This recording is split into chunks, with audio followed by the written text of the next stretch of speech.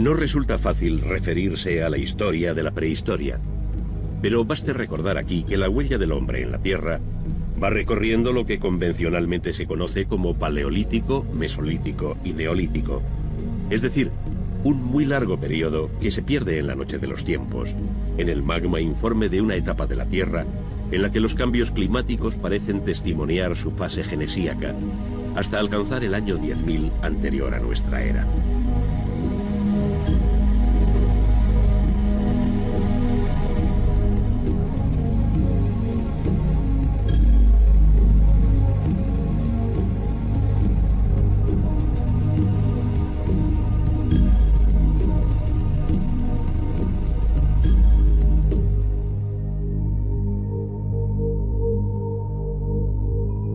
Cada una de estas etapas conoce varias subdivisiones, escaladas con gran esfuerzo por un hombre que a través de las razas de Neandertal y Cromañón alcanza entre los estudiosos el apelativo de Homo sapiens sapiens. Él fue ya capaz de tallar la piedra con gran habilidad, mostrando singular destreza en el manejo de las manos y de unas rudimentarias herramientas.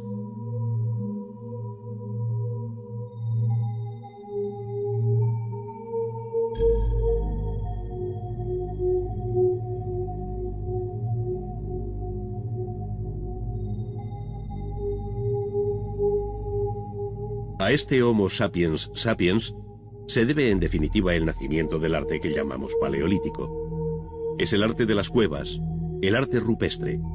Son los primeros relieves y pinturas, los pequeños utensilios tallados en hueso, las primeras esculturas, como las conocidas Venus paleolíticas. Un mundo, en fin, que anuncia nuevos horizontes.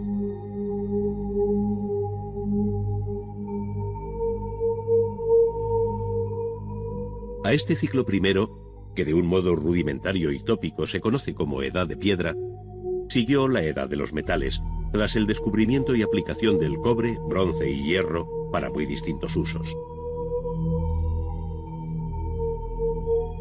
Ello dio lugar a lo que se viene llamando protohistoria, como un paso intermedio entre la prehistoria y la historia propiamente dicha.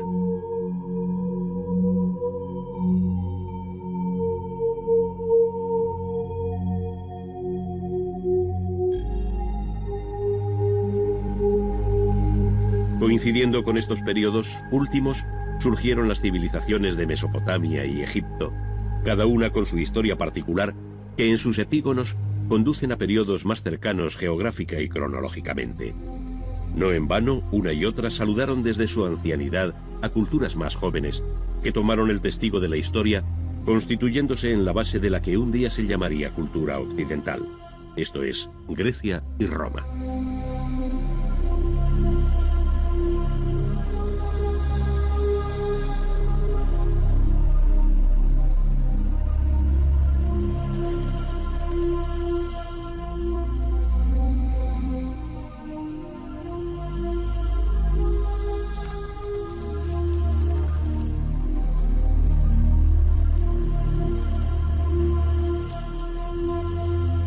La balanza de la historia conoció así el contrapeso de la cultura clásica, desplazando hacia Occidente el protagonismo que hasta entonces había tenido Oriente, sobre todo en los cursos fluviales del Tigris, Éufrates y Nilo, cuyas aguas irrigaron tierras que por vez primera se roturaron, hasta dar el sabroso fruto de un arte milenario.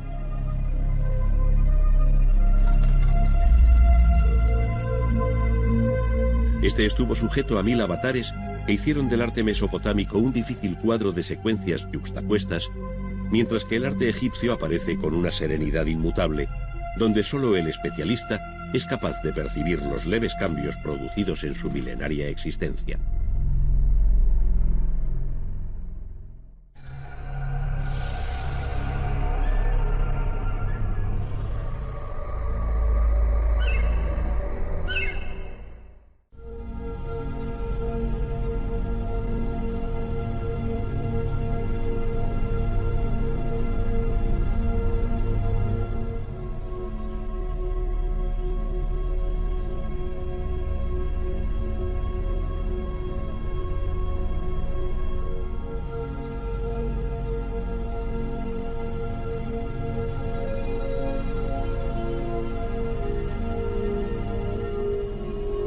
El arte ha acompañado al hombre desde que éste dio señales de un cierto grado evolutivo a partir del llamado Homo sapiens. Más allá de los utensilios en piedra, cuya talla va dominando en forma de hachas, raederas, cuchillos o puntas, muy pronto se abrió camino el gran arte de la pintura.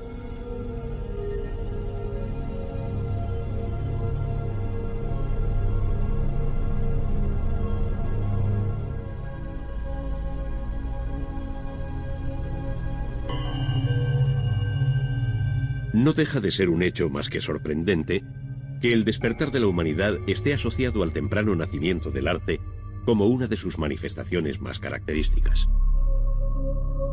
Se dirá que la finalidad del llamado arte prehistórico se vincula a la magia y a rudimentarias prácticas de iniciación, pero no es menos cierto que de sus composiciones emana una belleza que aquellos hombres de la época magdaleniense no dejaron de percibir.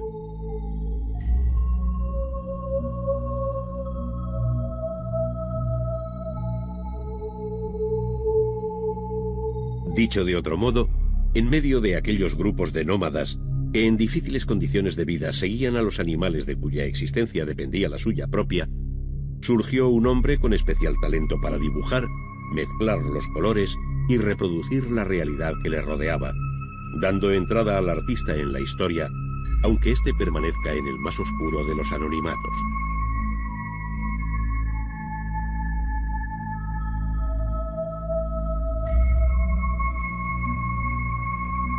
Es más, aun desconociendo sus nombres, la historia del arte universal será deudora para siempre de los artistas que hicieron de las cuevas de Altamira y Lascaux los primeros conjuntos de pintura mural, cuya grandeza y silencioso atractivo se hacen cada día más elocuentes. Es ciertamente pintura que habla de lo que le preocupa al hombre. Es una pintura documental, es el reflejo de la dura realidad de aquellos cazadores y recolectores que en una cueva o en un abrigo natural plasmaron lo que sentían, lo que anhelaban, lo que temían. Fue a finales del Paleolítico Superior, entre los años 15.000 y 10.000 aproximadamente, antes de nuestra era, cuando, terminando la época glaciar, corrían por el virginal paisaje del sur de Francia y norte de la península ibérica bisontes, renos, ciervos, mamuts, caballos, toros, osos, cabras y otros muchos mamíferos que abandonaron estos parajes en busca de otros lugares más fríos.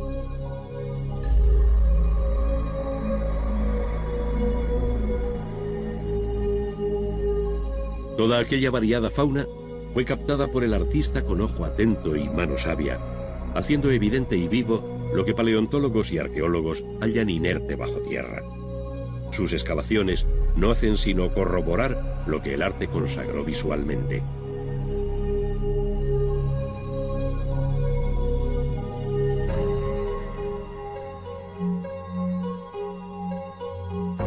Sin poder ni querer establecer ahora posibles grupos estilísticos y dejándonos llevar por la obra misma, es fácil observar cómo en unos casos se perfilan los animales con una línea y en otros se le da volumen con manchas de color matizadas, además de aprovechar las protuberancias de la roca a las que se adapta la figura.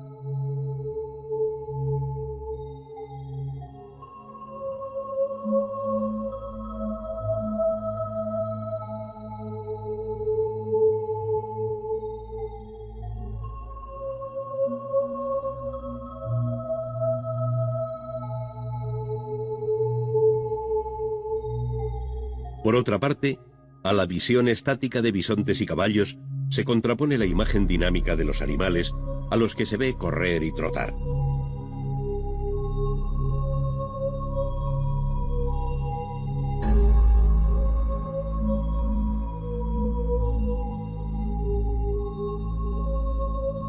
Se distinguen igualmente los machos de las hembras, es decir, no se trata de una interpretación generalizada, sino muy precisa y realista, que en ocasiones alcanza una tercera dimensión al tratarlas como verdaderos bajorrelieves, cuando no son simples figuras incisas o grabadas.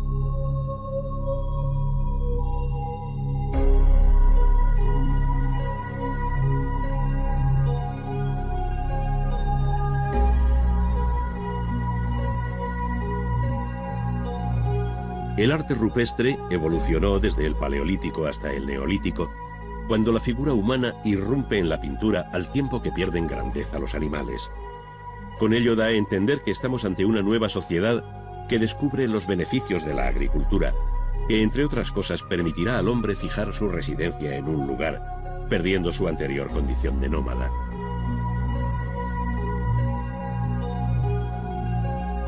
Pero es más, en esta evolución y cambio, el arte de la pintura formuló expresiones que llegaron a la máxima abstracción, como si se tratara de una visión anticipada de la futura historia del arte, que ha tenido en el realismo y en la abstracción conceptual las dos referencias expresivas básicas.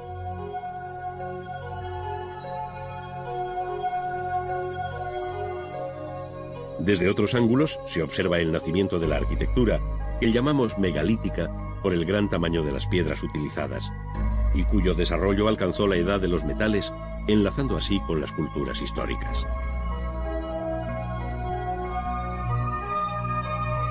Abandonada la cueva como abrigo natural, el área mediterránea asiste a la erección de las construcciones megalíticas más antiguas hoy conocidas, como son los formidables templos de la isla de Malta, que datan del cuarto milenio antes de Cristo.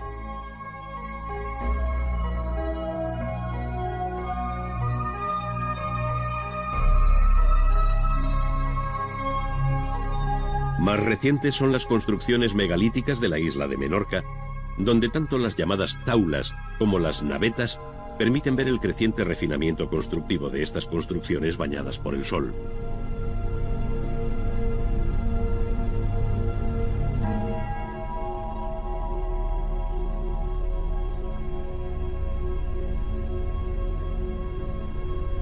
Por contraste, en otros lugares se construyen cámaras y corredores que posteriormente se sepultan bajo un montículo de tierra, recordando así el origen natural y cueviforme de la primera arquitectura.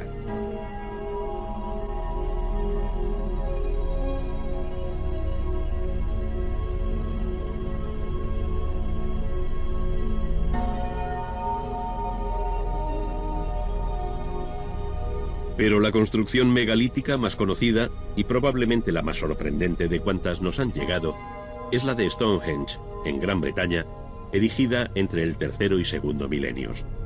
Su inserción en el paisaje, la vinculación solar con el solsticio de verano y la imponente masa de sus piezas revelan una técnica constructiva y un refinamiento conceptual que eclipsa la aparente rudeza de sus elementos.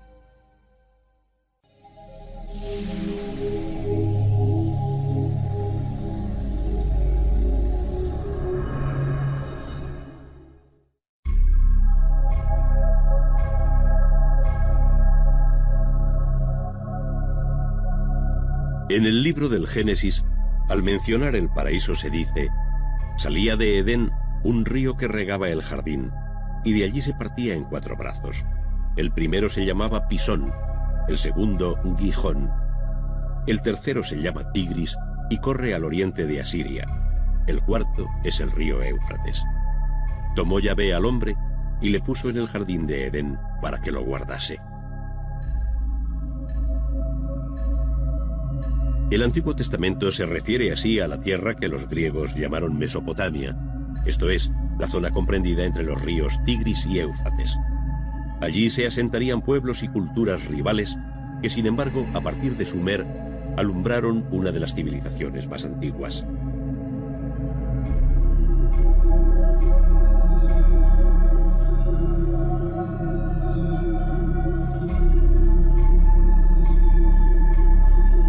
En efecto, la invención de la escritura por los sumerios en torno al año 3000 significa el paso hacia la historia escrita, cuya memoria se recogió en combinaciones de signos con forma de cuña, conocidas como escritura cuneiforme.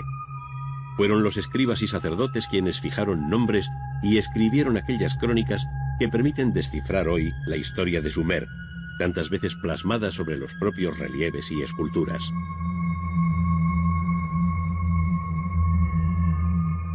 Las primeras obras sumerias son las figuras de alabastro halladas en los templos y conocidas como orantes por llevar en las manos una ofrenda. El esquematismo de sus ropas y anatomía contrasta con la expresividad del rostro, donde la abierta mirada se convierte en insondable enigma.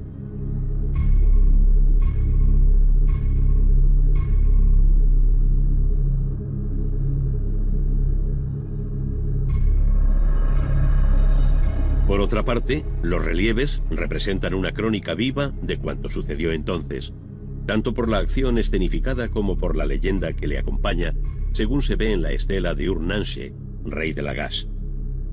El monarca, siempre de mayor tamaño, aparece con su mujer, hijos y séquito, en el que no falta el copero, seguramente para celebrar el inicio de la construcción de un templo, a juzgar por los ladrillos que lleva el soberano sobre la cabeza.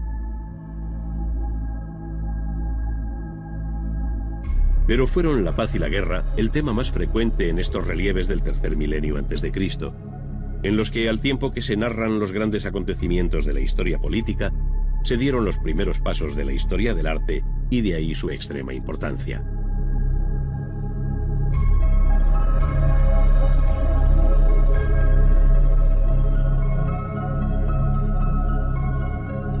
Efectivamente, la guerra y la paz vuelven a representarse en el llamado estandarte de Ur, hecho a base de lapislázuli e incrustaciones de concha de nácar.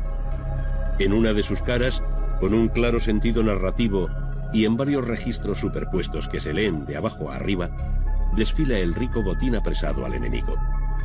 Mientras, en la parte alta se celebra una fiesta en la que el rey y su corte comparten bebida, escuchando a una cantante y un arpista.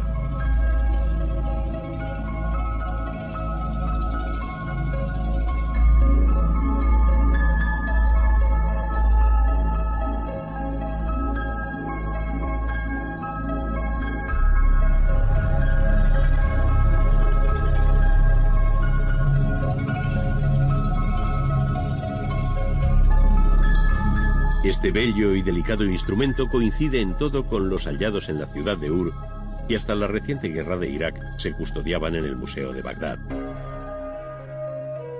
Las ciudades-estados de Sumer sucumbieron en la segunda mitad del tercer milenio ante el empuje arrollador de Sargón de Akkad. Sus descendientes ampliaron los límites geográficos del imperio acadio hasta el Kurdistán, con campañas militares como la que recuerda la célebre estela de Naram Sin. Allí, en opinión de André Parrot, vencedores y vencidos escenificaron una primera versión del cuadro de las lanzas de Velázquez.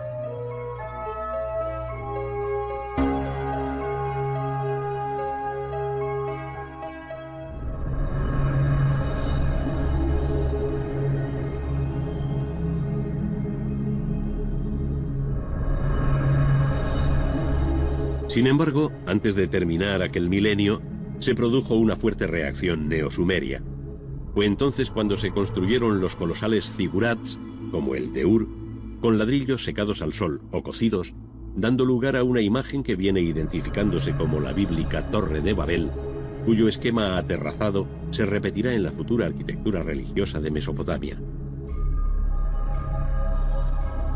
En este periodo acadio se multiplicaron las efigies de Gudea, señor o patesi de la ciudad de Lagash. Son obras hechas en diorita, en las que la bella dureza del material pulimentado se identifica con el refinamiento de un poder fuerte y sin fisuras, como fue el de Gudea y su hijo Ur-Ningirsu. Sus imágenes debieron de tener igualmente un carácter votivo, estando dedicadas a distintas deidades, según relatan las inscripciones que les acompañan. Su fuerte complexión, la concepción cerrada y prieta de la escultura, así como la ausencia del menor movimiento, tienen algo de eterna plegaria ante un dios ausente. Por el contrario, esta relación con la divinidad se hace patente en el llamado Código de Hammurabi, rey de Babilonia, labrado en una piedra de extrema dureza, como es el basalto negro, y conservado hoy en el Museo del Louvre. Este código fijó en el siglo XVIII a.C. la primera colección legislativa de la historia del derecho, que se inicia con estas palabras: entonces Anum y Enlil me designaron a mí, Hammurabi, príncipe piadoso, temeroso de mi Dios, para que proclamase en el país el orden justo. Dentro del arte mesopotámico, y de acuerdo con los continuos cambios políticos y militares que hacen de estas tierras una historia entretejida con el dolor y la guerra, destaca el capítulo correspondiente a Asiria. Su periodo más interesante terminó con la caída de Nínive en el 612 a.C., y en su haber se encuentra el palacio de Sargón II en Khorsabad, con sus entradas custodiadas por toros alados de rostro humano, y muros revestidos de bajorrelieves en alabastro. En esta línea son igualmente inolvidables los relieves del palacio de Asurbanipal en Nínive, cuyo hieratismo descriptivo, pleno de silenciosa tensión, contrasta con las movidas escenas de caza de los relieves del palacio de Nimrud, la antigua Kalu, que mandó construir Asurnasirpal II en el siglo IX a.C.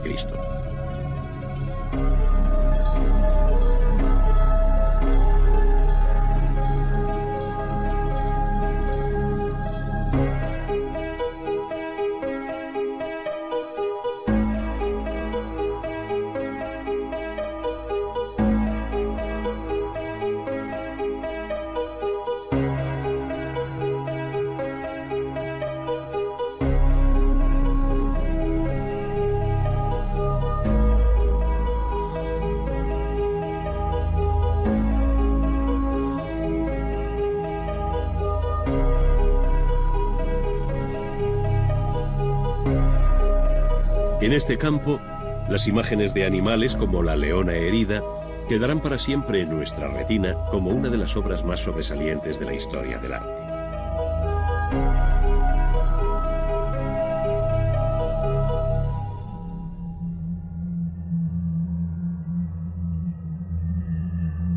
Aquella herida fatal parecía anunciar la sufrida por el propio imperio asirio ante la coalición de babilonios, escitas y medos que dieron lugar a una segunda edad de oro de Babilonia. Es entonces, en el siglo VI, cuando Nabopolassar y Nabucodonosor reconstruyeron la ciudad sobre el río Éufrates que atravesaba Babilonia como un canal interior. En sus fuertes murallas se abrieron 100 puertas, según escribe exageradamente Heródoto, destacando la más cercana al palacio dedicada a la diosa Ishtar, hoy reconstruida en Berlín.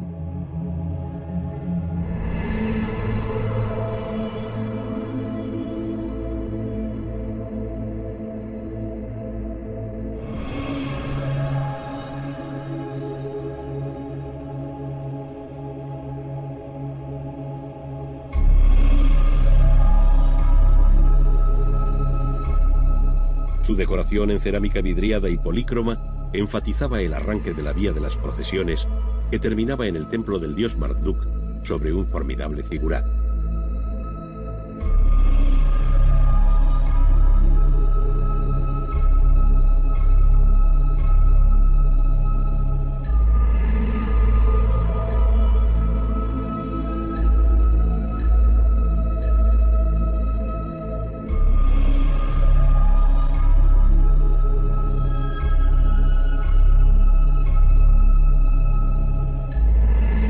Pero lo que más llamó la atención de viajeros, soldados e historiadores fue el verdor de los árboles que asomaban por encima de las altas murallas de Babilonia como un espejismo.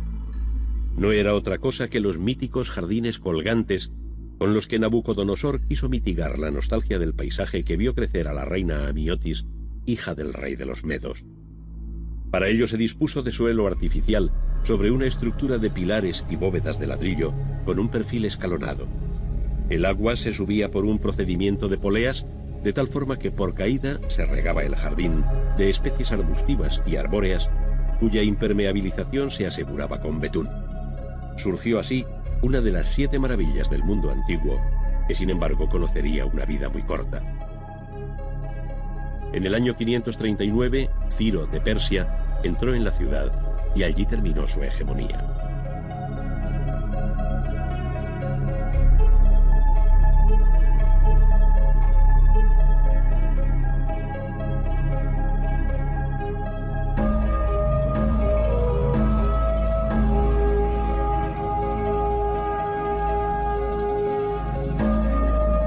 Comenzaba entonces el último episodio político y artístico de esta tierra, el arte persa, en el que confluyen muchos de los rasgos que caracterizaron hasta entonces el arte mesopotámico. Los palacios o apadanas de Persépolis y Susa, en Irán, unidos a los nombres de Darío y Jerjes, señalan el final brillante de este imperio, coetáneo al arte clásico griego que sucumbió ante la llegada de Alejandro Magno, el vencedor de Darío III. Poco después, el mismo Alejandro decía adiós a la vida en la milenaria ciudad de Babilonia.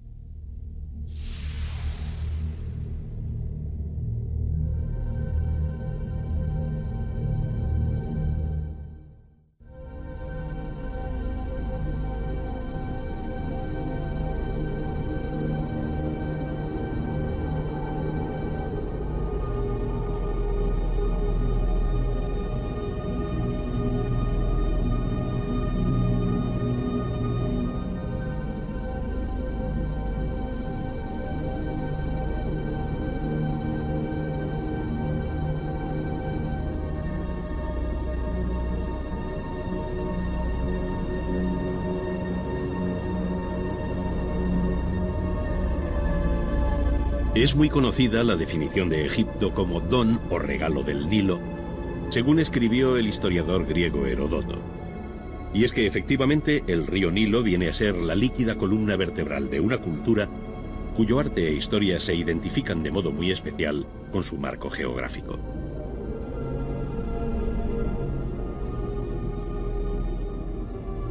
Baste decir que el Nilo, al igual que separa el desierto oriental del occidental, señala también la divisoria entre la vida y la muerte, de tal manera que las ciudades, con sus monumentales templos, se erigieron en la margen de su cauce, mientras que pirámides, mastabas, hipogeos y demás enterramientos se situaron en la orilla izquierda.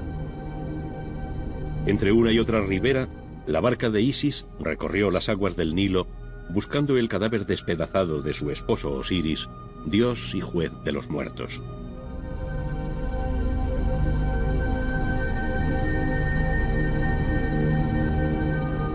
Pero el agua también es vida, y el Nilo, en sus periódicas crecidas, proporcionó el limo fertilizante que convirtió sus orillas en un feraz vergel. Es decir, al igual que ocurrió en Mesopotamia con el Tigris y el Éufrates, ahora es el Nilo el río que proporcionó savia a uno de los focos culturales más extraordinarios de la antigüedad.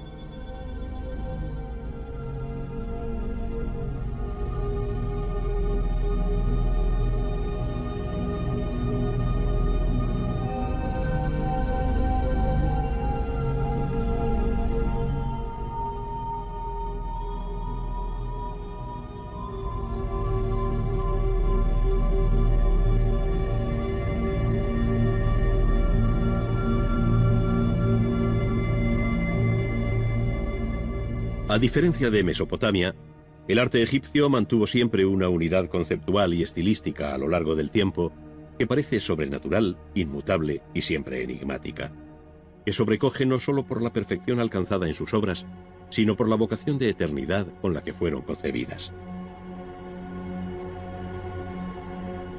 El hecho de la momificación sintetiza ejemplarmente el deseo de permanencia de una civilización que encadenó el tiempo limitado de los hombres al tiempo infinito de los dioses.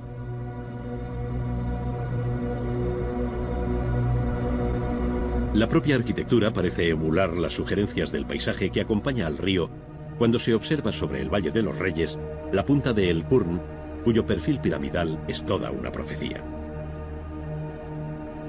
Por otra parte, imponentes acantilados como el de Deir el-Bahari dan abrigo al templo tumba de la reina Hatshepsut, mientras que aguas arriba, en Abu Simbel, la montaña se dejó vaciar para dar forma a los templos que Ramsés II erigió para sí y su esposa Nefertari, cuyas fachadas fueron labradas con colosales esculturas.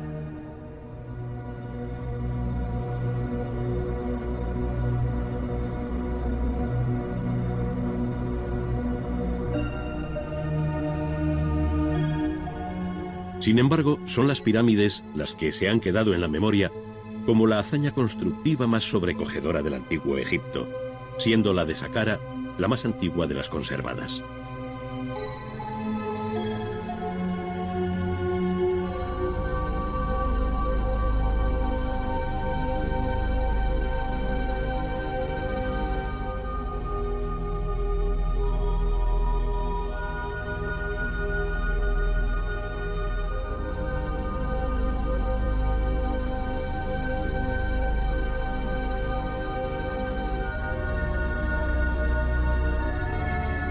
Pero las pirámides más conocidas son sin duda las de la cuarta dinastía en Giza, cerca del Cairo.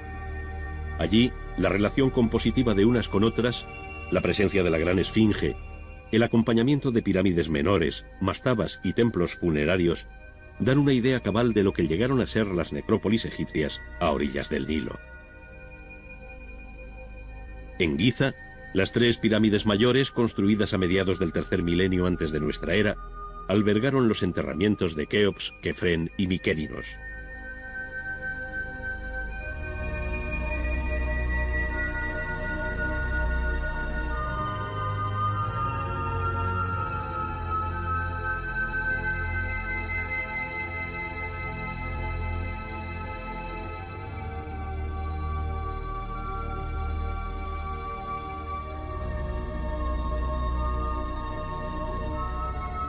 Cuentan con un templo pórtico de acogida para recibir el cuerpo momificado del faraón, una larga avenida que termina en un segundo templo funerario a los pies de la pirámide y finalmente la propia pirámide.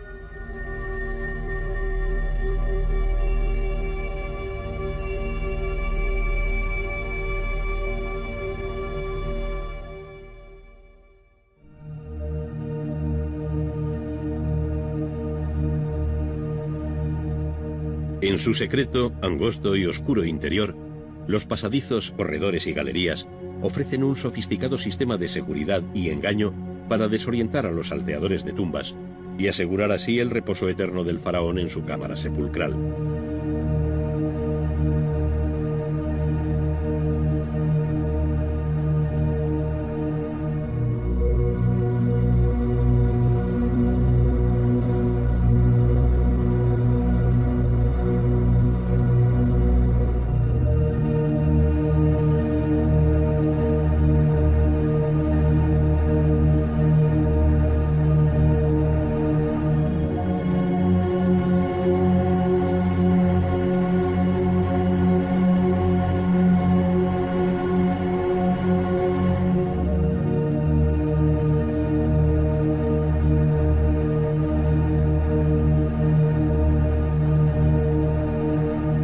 En sus inmediaciones, otras menores, en las que se enterraron esposas, hijos y demás parientes del faraón.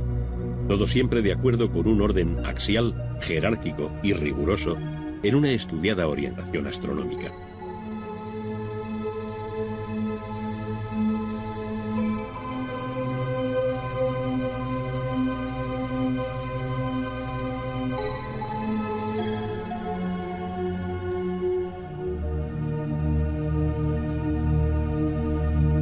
Las tres pirámides se yerguen hoy con silencioso orgullo como una referencia en el paisaje, como un accidente montañoso en su orografía. Parecen pertenecer más a la naturaleza del desierto que a la historia de un pueblo.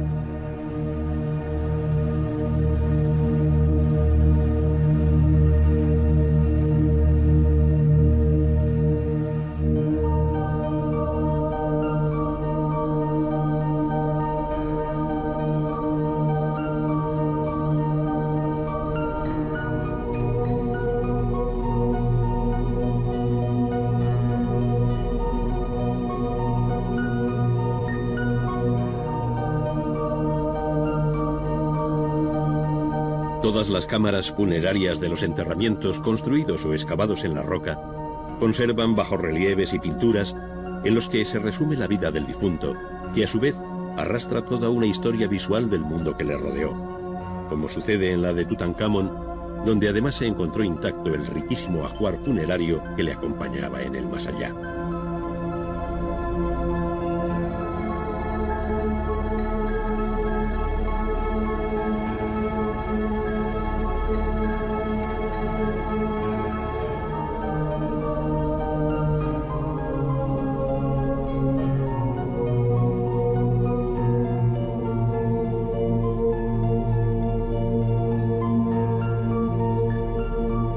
En estos recintos funerarios se muestra la vida toda del antiguo Egipto, sus dioses y creencias, la guerra, la paz, la caza, el paisaje, la flora y la fauna, es decir, todo cuanto tuvo entidad en este formidable valle del Nilo.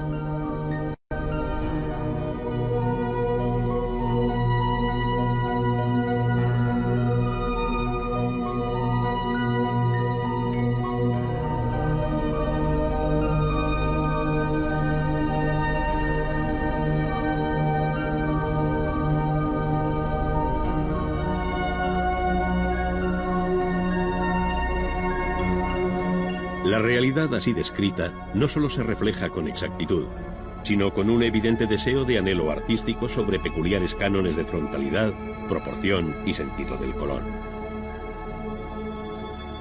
Con un claro horror al vacío, la escritura jeroglífica rellenó espacios intermedios, proporcionando una información complementaria a la escena, como si fuera la voz en off de un invisible narrador.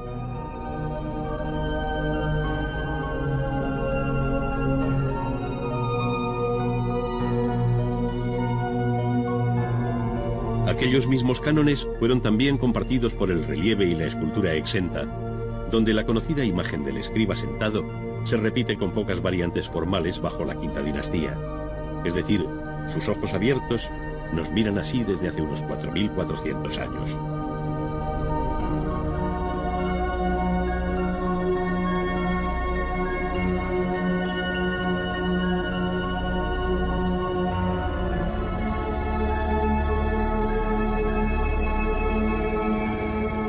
Finalmente, cabe añadir que la escultura egipcia pulsó todos los registros posibles, desde las grandes estatuas que compiten con la arquitectura o se encuentran aisladas en medio del desierto, hasta la delicada belleza de retratos como el de la reina Nefertitis en sus distintas versiones, cuyo rostro representa una de las más altas expresiones artísticas de todos los tiempos.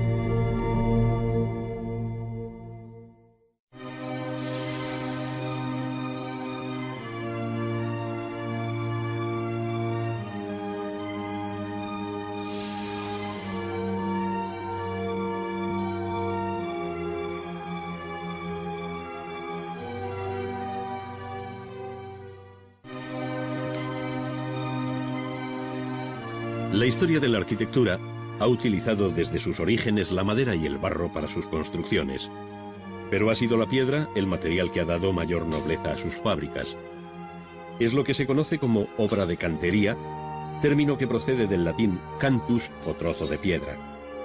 De él derivan igualmente las palabras cantera, lugar del que se extrae la piedra, y cantero, el hombre que la trabaja. En otro tiempo, el gremio de los canteros tuvo una importancia decisiva y de su seno saldría el futuro arquitecto. Entre las tareas iniciales con las que se enfrentan los canteros se encuentra la de separar de la roca viva los grandes bloques de piedra. Estos se trasladan luego al taller para su escuadrado o corte en bloques de menor tamaño para su más fácil manejo. El procedimiento utilizado en uno y otro caso es el mismo, ya que después de marcar el bloque que se quiere cortar por la que se llama línea de rotura, se introducen con cuidado unas cuñas metálicas en sus cajas. A continuación se golpean con una maza, con tiento y por igual, intercalando golpes en los laterales de la piedra para ayudarle a abrirse. Finalmente el bloque de piedra cede obediente por la línea marcada de un modo sorprendentemente regular. Los talleres de cantería, ayer y hoy, animados por el continuo golpeteo de las herramientas durante las horas de trabajo, reúnen a los oficiales y aprendices bajo la dirección de un maestro. Cada cual está atento sobre el banco de trabajo a la piedra que tiene que labrar.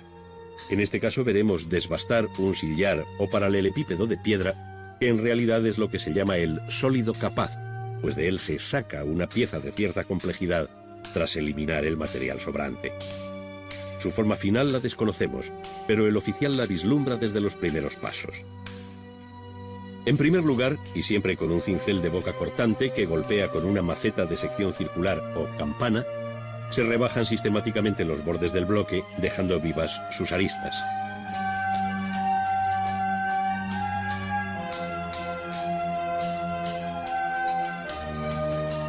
Estas bandas, de unos 2 o 3 centímetros, se afinan al máximo, comprobando su horizontalidad con una regla o un simple listón de madera.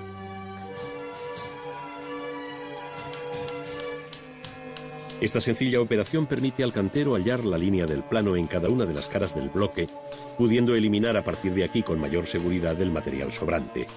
Para esto se ayuda de un escafilador o un cincel más potente por su boca y corte, dado que el trabajo es más vasto. Por último, cuando se alcanza el nivel de las aristas, el cantero comienza a rebajar este plano de un modo más cuidadoso, evitando los alabeos. Luego, con una bujarda de cabezas recambiables para hacer más o menos fino su acabado, allana la parte central hasta que queda totalmente plana su superficie. Por el mismo procedimiento se preparan las distintas caras de trabajo, pasando a obtener planos inclinados cuando la pieza lo requiere, como es el caso. Sobre esta cara se trazan ahora unas líneas paralelas para distribuir y sacar los perfiles de unas futuras molduras cóncavas y convexas, separadas por bandas rectas, de tal modo que el perfil último de la pieza será mixtilíneo, tal y como previamente se ha dibujado. Para ello, Con un riguroso orden de trabajo, se obtienen primero los planos iniciales de cada una de las molduras, y sobre estos, con una gradina de boca dentada, se va dando forma a las molduras con pequeños golpes sin separar la herramienta de la piedra.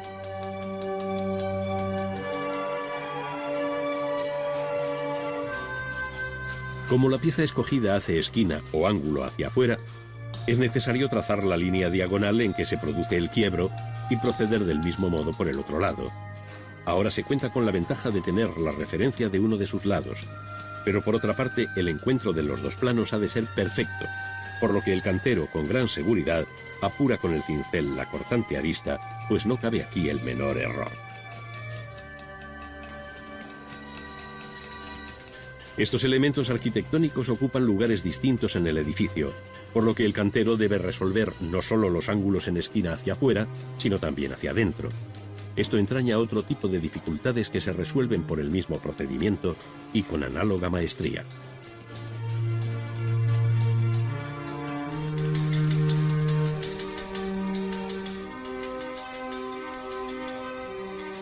Mientras que estos oficiales siguen trabajando frisos, cornisas y todo tipo de molduras de planos rígidos y geométricos perfiles, otros canteros del taller acometen otro tipo de obra más delicada y próxima a la escultura, como es la labra de capiteles.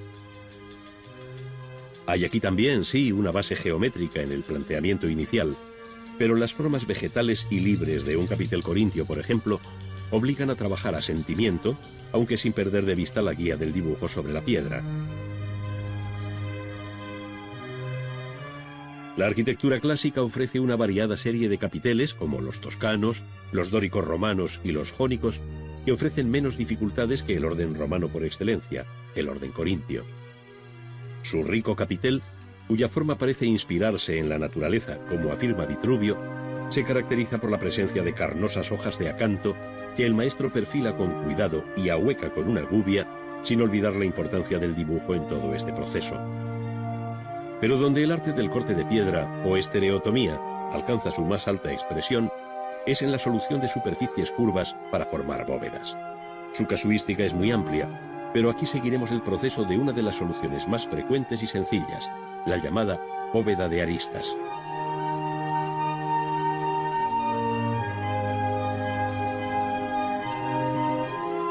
Para construir un arco o una bóveda, es preciso hacer previamente las plantillas de cada una de sus piezas, para lo cual se dibuja con un compás sobre un plano dicho arco o bóveda con el mismo tamaño que va a tener la obra construida, es decir, a escala 1:1. Trazado el arco, se marcan radialmente unas líneas que marcan el número de piezas o dovelas que lo componen, así como su longitud, es decir, el despiece del arco y las líneas de corte. Este dibujo recibe el nombre de montea.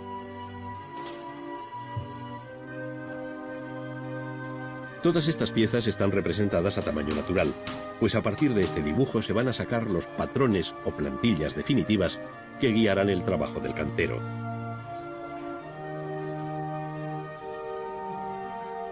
Para que no se deformen o alteren estos patrones en su constante uso por los canteros, lo habitual es repetir el mismo dibujo sobre una fina lámina de hojalata y recortar posteriormente la forma de la dovela.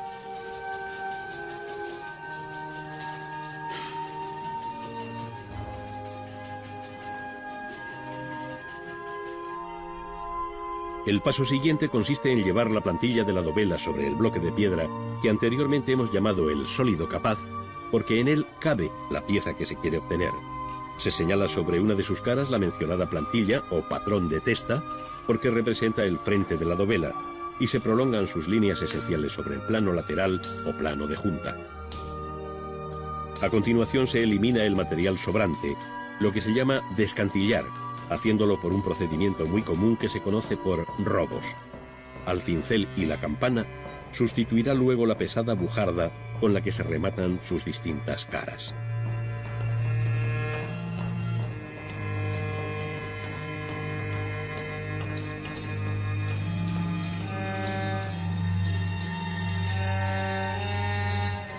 Cada una de las dovelas tiene una función y forma determinadas dentro del arco o de la bóveda, lo cual hace que sean varias las plantillas a utilizar y diferente la forma de cada una de ellas. En este caso vemos una de las dovelas que corresponde a las aristas de la bóveda. esto es, a la pieza en la que se dan cita dos planos distintos. De ahí su mayor complejidad, si bien el procedimiento de su traza y labra son análogos a lo ya descrito. Viene a ser una dovela en ángulo. La pieza fundamental de cualquier arco o bóveda es la que cierra esta en su parte más alta, la llamada clave, y según sea la complejidad de la bóveda, así será también la de su clave. Tratándose ahora de una bóveda de aristas, formada por dos bóvedas que se cruzan perpendicularmente, la clave tendrá necesariamente forma de cruz.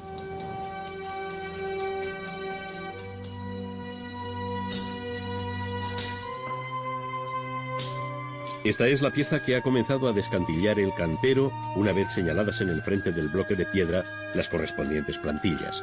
Se repite de nuevo el mismo procedimiento y se utilizan las mismas herramientas anteriormente descritas, dejando a la bujarda la labor de acabado final con su inconfundible huella granulosa.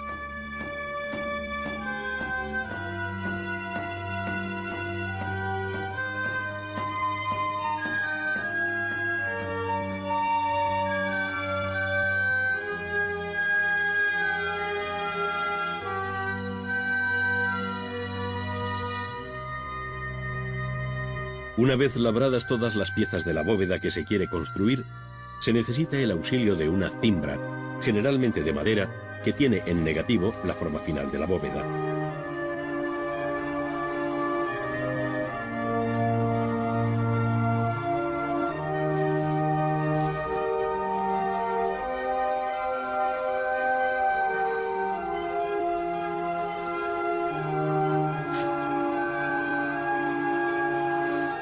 En la cimbra se irán apoyando las distintas dovelas por riguroso orden a partir del montaje previo que se ha hecho sobre el suelo de este modelo reducido, pero real. Las primeras piezas en colocarse son los salmeres, que señalan el arranque de la bóveda sobre los muros, donde se utiliza, como en toda la construcción, un ligero mortero para ayudar a fijar la piedra. Después se coloca una de las que hemos visto trabajar y que hemos llamado dovela en ángulo, que responde a las aristas interiores y cuyo quiebro se advierte igualmente desde el exterior. Para que ésta quede firmemente asentada se colocan a sus lados otras tantas dovelas que se reciben igualmente con mortero, observando cómo se colocan pequeñas cuñas de madera para mantener los niveles e ir ajustando todas las piezas. A partir de aquí, solo suben por la cimbra las piezas que responden a las aristas en diagonal, que es la parte viva de la fábrica, hasta cerrar la bóveda con la clave en forma de cruz. Su ajuste es capital para la estabilidad de la bóveda y el buen funcionamiento de la misma.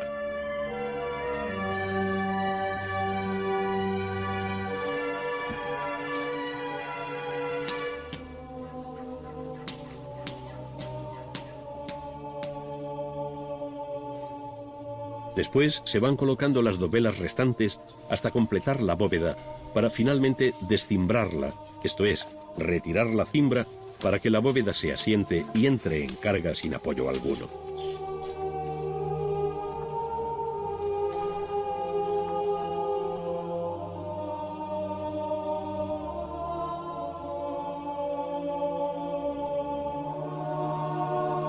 A partir de ese momento, el peso y los empujes de la bóveda empiezan a funcionar sobre el edificio, convirtiéndolo en una estructura viva, pese a su inerte apariencia.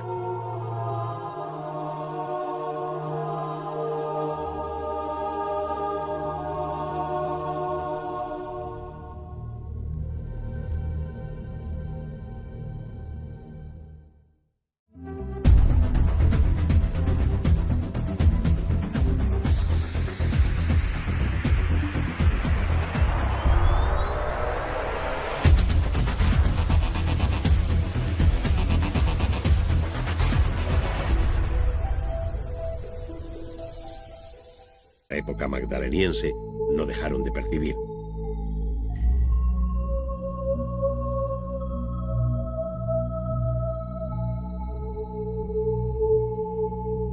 Dicho de otro modo, en medio de aquellos grupos de nómadas que en difíciles condiciones de vida seguían a los animales de cuya existencia dependía la suya propia, surgió un hombre con especial talento para dibujar, mezclar los colores y reproducir la realidad que le rodeaba, dando entrada al artista en la historia, aunque éste permanezca en el más oscuro de los anonimatos.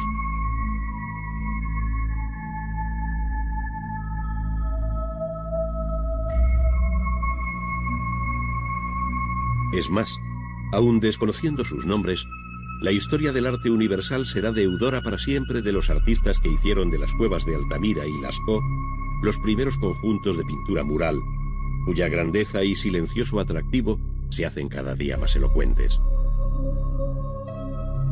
Es ciertamente pintura que habla de lo que le preocupa al hombre. Es una pintura documental. Es el reflejo de la dura realidad de aquellos cazadores y recolectores que en una cueva o en un abrigo natural plasmaron lo que sentían, lo que anhelaban, lo que temían. Fue a finales del Paleolítico Superior, entre los años 15.000 y 10.000 aproximadamente, antes de nuestra era, cuando, terminando la época glaciar, corrían por el virginal paisaje del sur de Francia y norte de la península ibérica bisontes.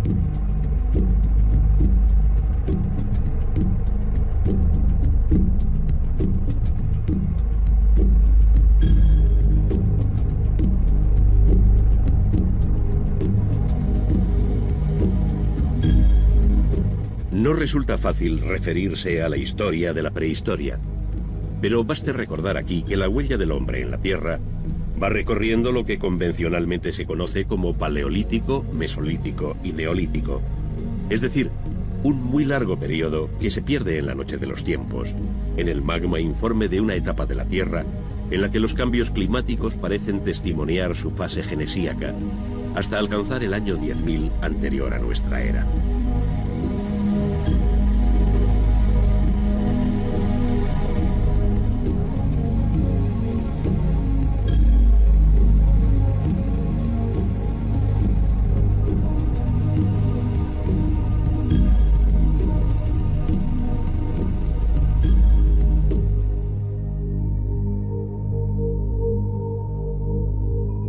Cada una de estas etapas conoce varias subdivisiones, escaladas con gran esfuerzo por un hombre que a través de las razas de Neandertal y Cromañón alcanza entre los estudiosos el apelativo de Homo sapiens. Civilizaciones de Mesopotamia y Egipto, cada una con su historia particular, que en sus epígonos conducen a periodos más cercanos geográfica y cronológicamente. No en vano, una y otra saludaron desde su ancianidad a culturas más jóvenes, que tomaron el testigo de la historia, constituyéndose en la base de la que un día se llamaría cultura occidental, esto es, Grecia y Roma.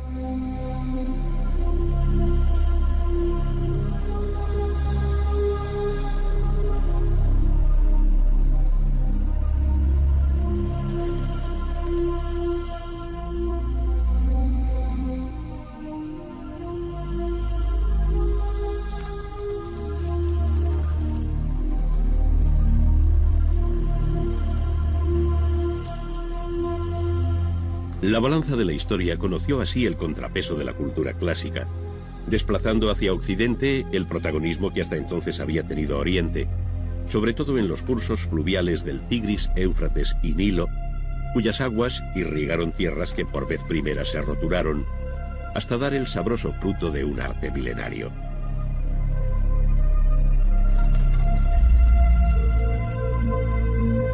Este estuvo sujeto a 1000 avatares que hicieron del arte mesopotámico un difícil cuadro de secuencias yuxtapuestas, mientras que el arte egipcio aparece con una serenidad inmutable, donde solo el especialista es capaz de percibir los leves cambios producidos en su milenaria existencia.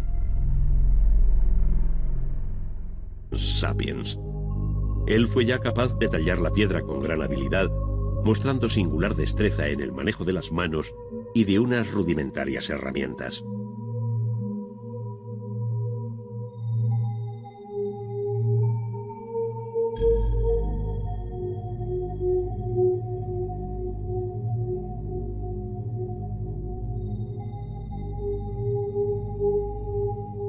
A este Homo sapiens sapiens se debe en definitiva el nacimiento del arte que llamamos paleolítico. Es el arte de las cuevas, el arte rupestre.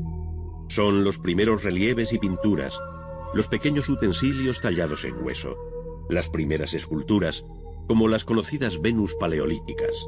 Un mundo, en fin, que anuncia nuevos horizontes.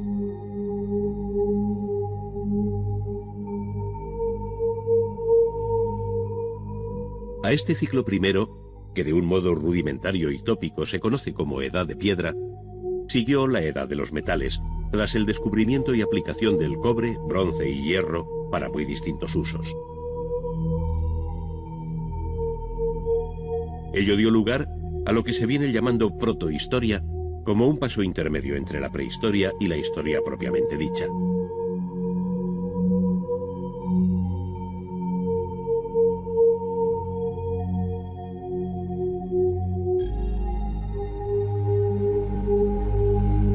Coincidiendo con estos periodos últimos, surgieron las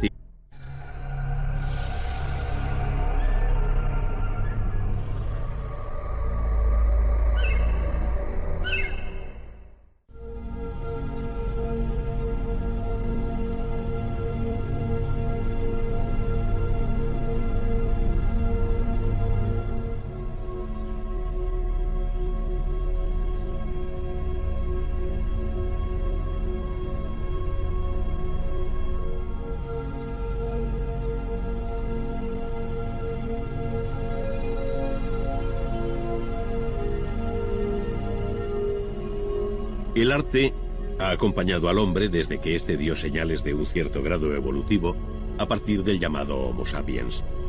Más allá de los utensilios en piedra, cuya talla va dominando en forma de hachas, raederas, cuchillos o puntas, muy pronto se abrió camino el gran arte de la pintura.